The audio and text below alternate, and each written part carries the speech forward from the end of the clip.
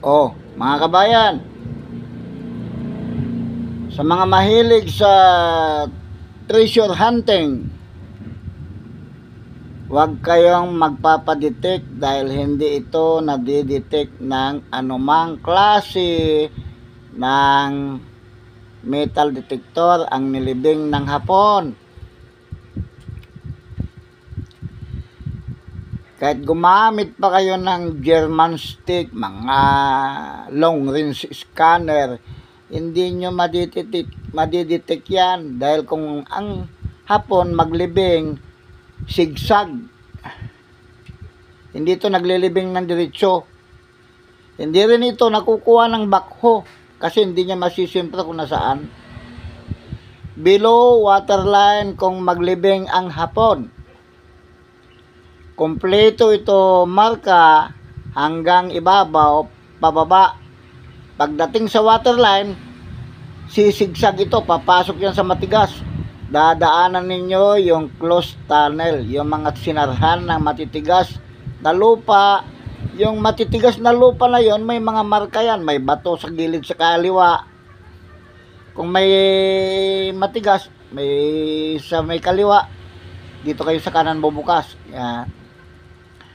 Kung ang clay na matigas medyo slide ng 45 degrees, medyo pahiga, kailangan papasok ka, hagdanin mo yan 45 degrees. Pero kung ang matigas flat, diretso ang hukay niyan. Ganon. Lalo na't may bitak yung matigas na lupa sa ibabaw, may bitak siya, may crack. Ang ibig sabihin niyan, pailalim ang hukay. Pag nabangga mo yung ibang layer sa ibaba at medyo pahilay pa kanan, kakanan ka. May marker yun. Oh. Kailangan kung i-trace up mo yan, kumpleto ka gamit. May submersible ka sa main shaft. Meron kang submersible na mga uno, ipapasa mo doon sa sentro. Pasa-pasa system yan. Ganyan lang. Kasi napasama ako sa paghukay noon sa Montalban nung nasa serbisyo pa ako. Hindi basta-basta makukuha ang nilibing ng hapon pala. Tawa rin ako ng tawa noon nung kasama namin yung mga dalawang Japanese nakasama namin. Pero ang mag-ari ang gobyerno kasi nasa military ako. No? Ang kasama namin naghukay si Colonel Uhama, ang colonel na naglanding dyan sa Santiago Norte, Cabalaw yun. Yun ang kasama namin na official na naghukay. Huwag kayong magpapadetect, mauubos pera ninyo yan. Yung mga nagdidetect na yan, hindi nga nila alam basahin yung mga marka niyan. Kung ano ibig sabihin ng sales. Kung may mga marka na sales pababa, ibig sabihin yan, volume deposit yan. Hindi makukuha yan ng 1 linggo na paghukay o 2 linggo. Aabutin kayo doon ng 3 buwan na 8 tao ang maghuhukay niyan. May marunong magtimber, may submersible kayo, kumpleto kayo ng mga electrical, ganon. Pag ang naghuhukay, palit-palitan sa ibaba, walang leader, itigil mo na yung paghukay kasi mauubos yung pera nyo dyan. Dapat palagi yung leader na sa ibaba para alam niya yung anong gagawin, yung titimberan. Tinitimberan yan pa ibaba. Kasi magkukulaps yung bunganga ng butas ninyo sa katagalan ng paghuhukay ninyo. Kailangan timber niya, fully timber yung pababa. Hindi baling hindi na kayo magtimber yung papasok dahil matigas na doon. Yun. Sigsag kung maglibing ang sakang.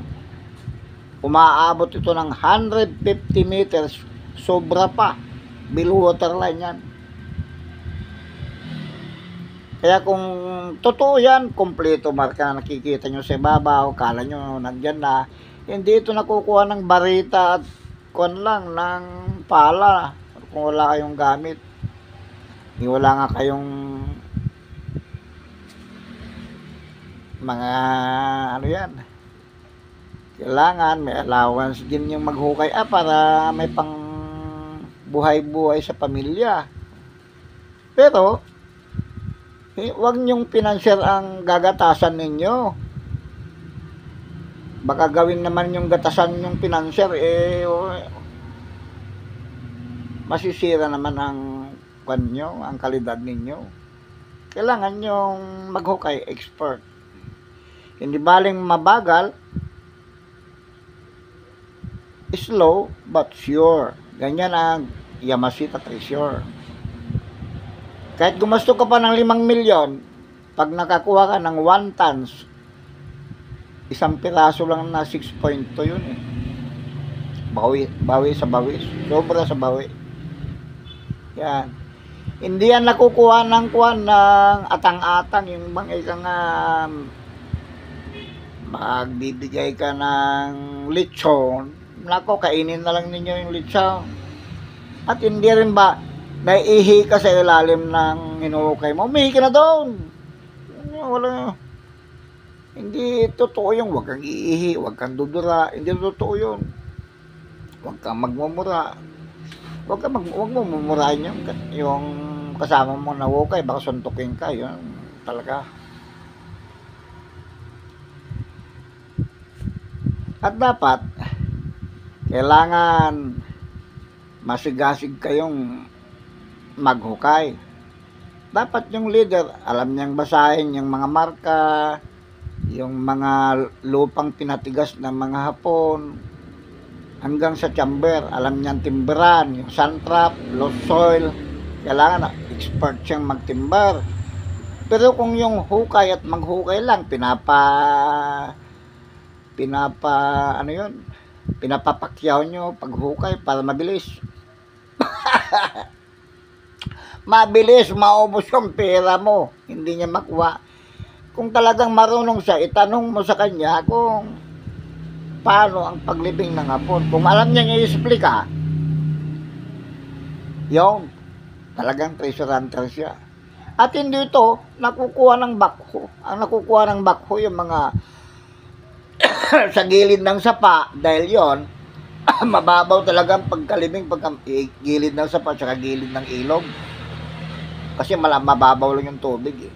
Kasi ang ginto, inaabot yan, talagang below water lang yan. Kasi kung mas mataas siya sa tubig, masisira yung ginto. Kasi luto na yan eh. Mabuti kung buhay pa yung ginto, kahit ikwan mo lang sa kwan. Umaabot talaga, inahabol talaga sa tubig yan. Hindi kalukuhan ang Yamashita Treasure. Maraming nga nalugi dyan, maraming nang nasirang pamilya yan. Kung hindi marunong, yung maghukay.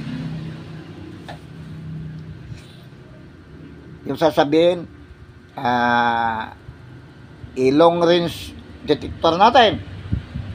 I-detect natin yung parang mga helicopter na pag ganyan-ganyan. Nako, yung bulsa mong detect ko niyan, ubos pera mo.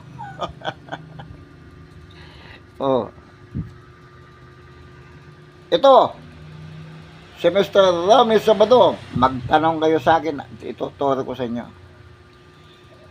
Meron akong naka-standby na hinuhukay, kaya lang na-hold nung ano yun, yung pandemic. Hinintay ko lang na makaupo yung boss ko. Tuloy namin. Marunong kang magkabit ng mga electrical, kung ilan submersible, kung ilang amperahin kakainin ng submersible mo, alam mo yung gaano kalaki yung linya. Ganon ang talagang expert na treasure hunter. Hindi problema yung tubig kung meron kang pambili ng submersible. Kung malayo naman ang kakabitan ng kuryente, kailangan may pambili ka ng generator. Hindi bababa sa kwan. Dalawang 10 kVA. Yan. Makukuha mo yan. Ito yung kaibigan ninyo. Magtanong kay Rami Sabado kung Yamashita Treasure ang pinag-uusapan. Walang kwan yan. Walang kalukuhan yan. Ayaw ko yung pumipira ng pareho kong Pilipino. Tanong mo sa akin, tuturo ko sa'yo kung paano maghukay. Ipakita mo sa akin yung marker sa babaw. Alam ko na yan kung gaano kalalim, ilang taong gagamitin, ilang buwan mo siyang huhukayin, at anong gamit ang buwan mo, ilan ang magagasto mo. Ang problema, wala ko yan. Mahirap din. Kung i-guide ko lang sa cellphone, talagang bawat 1 metro na makukuha mo, kailangan mag-usap tayo sa cellphone para alam ko yung hinuhukay mo, kung anong saan ka pupunta. Saan ka pupunta? Ay, nako.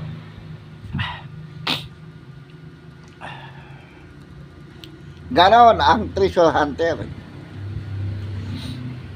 Maniwala ka sa akin, pare. Hindi nakukuha ng anumang detektor o anumang gadget.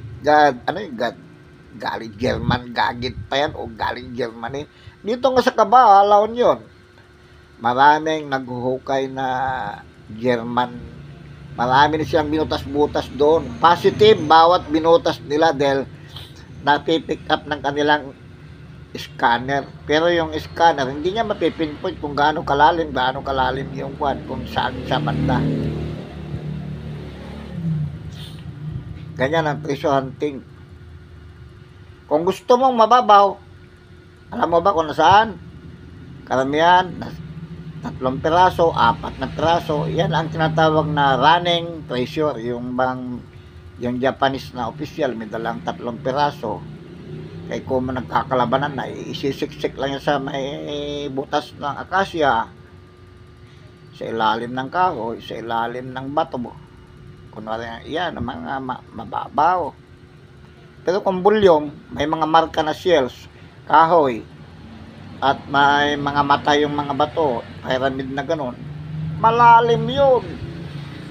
Oh, nagbayad ka na sa detektor, nagbayad ka pa sa gadget, sa travel allowance niya, pinakain mo pang animal na yan. Oh, hindi man niya alam kung gaano kalalim. Oh, boss, pera mo, kawawa naman yung pamilya mo.